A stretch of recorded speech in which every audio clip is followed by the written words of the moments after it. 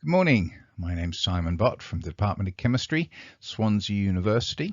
Background picture is what our campus looks like. There's the Swansea Bay, which of course leads into the Bristol Channel, ultimately into the Atlantic. Chemistry department in that building there. We believe it's the closest chemistry department to the beach in the world. It's certainly great fun to be able to toddle on down to the beach and have a sandy picnic at lunchtime. Anyway, what I'm going to talk to you about today is a fast overview of a very intensive outreach effort that we did back in April, associated with the A-level practical curriculum in a day.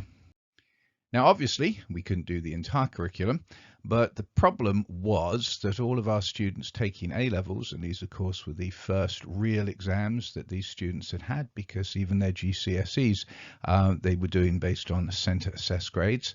Don't we just love that acronym? In Wales, the WJEC board, which all of the state schools and most of the private schools take, is nearly 20% practical exam this year. So in other words, even though these poor little babies had very little hands-on experience, they did have to take an exam, half of which was completely hands-on experience and the other half of which was based on their understanding of hands-on activities. So our problem was, how can we prepare our students for the exam as efficiently as possible using the resources at Swansea University Chemistry department? Anyway, we're very fortunate because we have lovely labs. This is looking down one side of the lab. I could have taken it from the other side. It would almost look the same, except the walls would be painted blue instead of yellow. And each of these little areas pointing off to the sides are bays looking like this. Each station has a hood and a computer. We have 7 bays in all. 4 of them are double like this one, and 3 of them are single.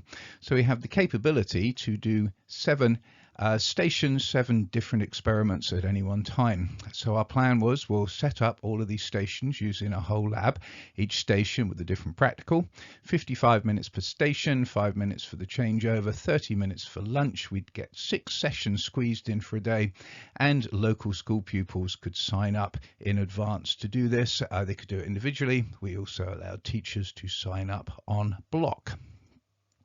And here is a nice little picture showing a whole bunch of our outreach students in the lab doing a titration. This was the titration station. You kind of see a few little green coats stuck on here. Those are our Swansea University undergraduates helping them out. I'll discuss that more later on. For the stations themselves, we had 5 chemistry ones, kinetics, thermo, inorganic titrations in blue in double bays, organic in a single bay. As we had the students with us, we thought, let's give them what previous generations would have had, a spec in a suitcase. So we did some NMR and infrared, single bay stations, each of those. And as the ground floor of our building has what used to be the National Mass Spec facility, we give them some mass spec. Just quickly listing off the things that they would have done at all of these.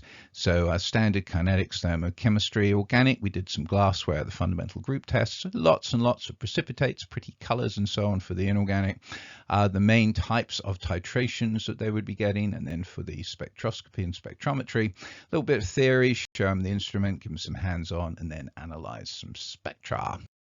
To put this into perspective, here are the WJEC required experiments. The ones that are ticked are the ones that we did essentially completely, and the ones that we have in brackets are experiments in which we didn't do completely, but we hit either the concepts behind them, or we hit, more likely to be, the practical hands-on. Ones we didn't do, nucleophilic substitution and synthesis of solid organic, really covered within what we did for the organic part, but I didn't want to get too pushy. Electrochem cells was definitely an omission, but talking to the teachers, most of them had done those in class, and no one is expecting those to be on the exam. And the determination of the equilibrium constant was mixing 2 chemicals, letting them sit for a week, and then doing an acid-base titration. So I could really have ticked that, except that the fundamental concept behind was something we didn't really hit upon.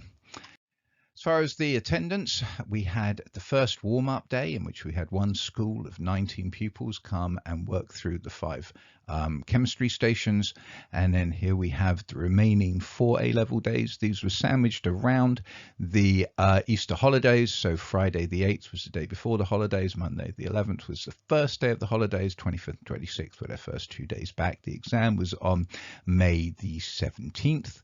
You see our totals coming up, the inorganic, very popular, thermo, very popular, particularly when the teachers sign them up, because the teachers actually get to know which chemicals and apparatus are required for the practical experiments several months before. So this was a nice hint. There was a little bit of thermo on it as well as inorganic. Organic and the titrations, less popular, and we'll talk about that more in a minute. Rather surprised at the uptake for the spectroscopy, but still not a bad one. All in all, we had 231 pupils come through, 224 unique, 7 came back on a second day to try and get some extra practice, and these were from 25 schools. 108 of those 224 unique students responded to a survey that I sent them the day that they did the experiments, and then nagged a couple of times. I'm not going to dwell on these, but just split it up into a few categories. First question associated with how much of each station had they done before. Essentially, I want lots of green. I don't want very much yellow. So what you have here is the green is they'd never done it, the blue they'd done some of it, and the yellow is they had done all of it. I'm going to focus on just a couple. The thermo, if you will notice, 36%, 35 of the students said that they had done it all before. For the redox titration, only 4 of these numbered said they'd never done it, and 52% had said they'd done it all before. Now, I was a bit concerned about this because if the students had done all this before, what's the point of the A-level days? But I was rather reassured, first of all, by the first school that came in which they'd done everything, but the teacher wanted them to get revision, and she and their students were extremely happy about what they had accomplished in that time. Also, the answer to the next question, how educational were the stations? Only answer the ones you actually did. You can see we have an awful lot more green here, which corresponds to learned a lot, rather than yellow, got nothing out of it.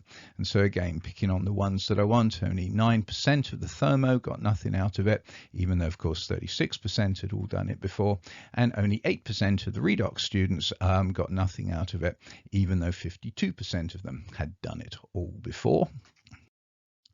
I always think chemistry should be fun, and so this for me was a rather important question. How much fun were the stations?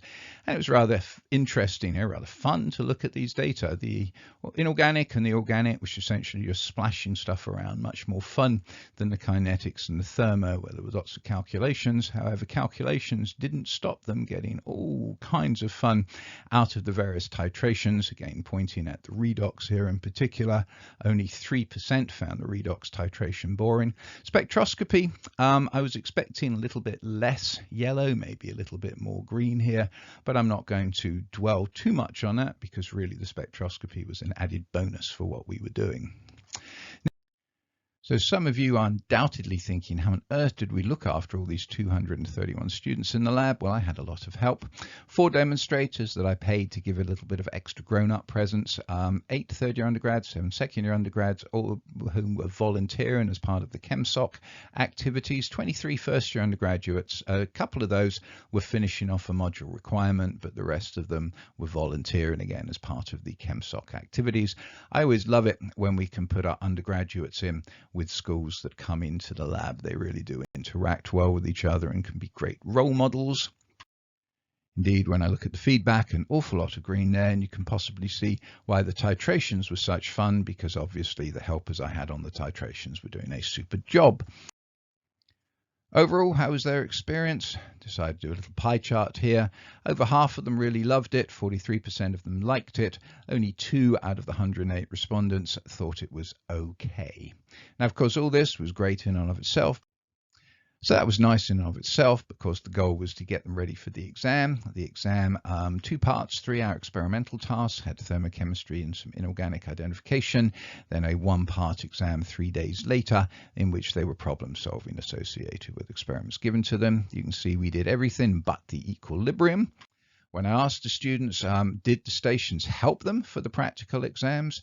Well, again, enough green here, particularly the inorganic and the thermochemistry, although one student thought that coming actually hurt them as far as answering the thermochemistry went. But of course, these were the 2 topics that were the actual hands-on, and so the idea that we helped such a significant number of the students was great. Now they've done the exam, there's the little pie chart associated with it. This is what the one looked like right after they did it. The higher percentage became appreciative once they'd actually done the exam. Did have a small number. This is on 51 students, so 2 of them wished they'd spent the day doing something else, but generally the rest of them thought it was very worthwhile. For next year, I've spoken to 16 of the teachers who sent students. They all want to do it again. 23 teachers who didn't send students now really want to do them. We will provide stalls for the calculation labs. We'll give a bit more time between each station. We'll encourage the students to eat lunch together, and we will tie in old exam papers and questions. And again, couldn't have done it without my technicians, who are unbelievable. Some of my colleagues popped in and chatted with the students for a bit, and then I've already talked about the phenomenal efforts put in by my students. Thank you very much. I would love to answer any questions you might have on this.